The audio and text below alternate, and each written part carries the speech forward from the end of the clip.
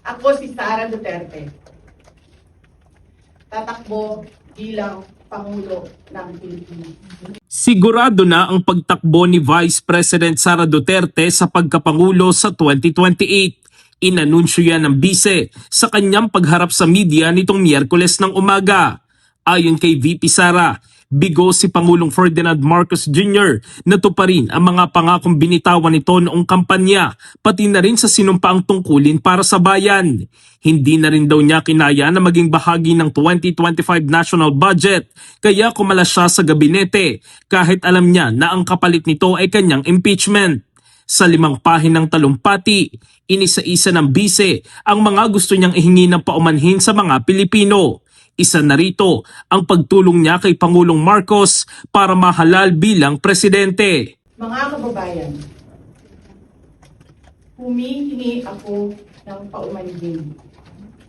Patawad kung tinulungan ko mahalal si BBM bilang Pangulo ng ating bansa.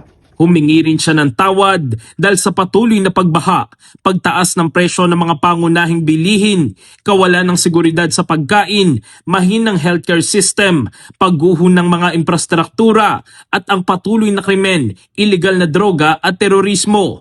Gayun din ang kawalan ng malinaw at independent foreign policy ng bansa na naiipit sa tunggalian ng mga superpowers na China at Amerika.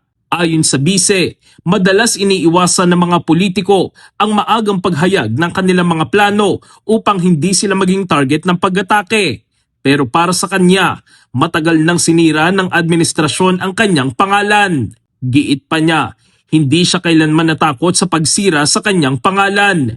Ngunit natatakot siya para sa mga susunod na henerasyon, kaya handa niyang ialay ang kanyang buhay, lakas at kinabukasan sa pagsiserbisyo sa bansa.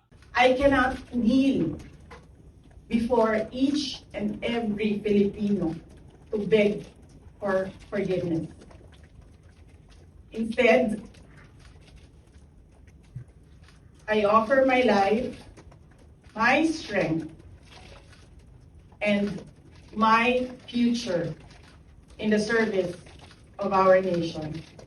In the heart of changing lives, ako si Brigada Jico Custodio ng 105.1 Brigada News of Manila, the Music and News Authority.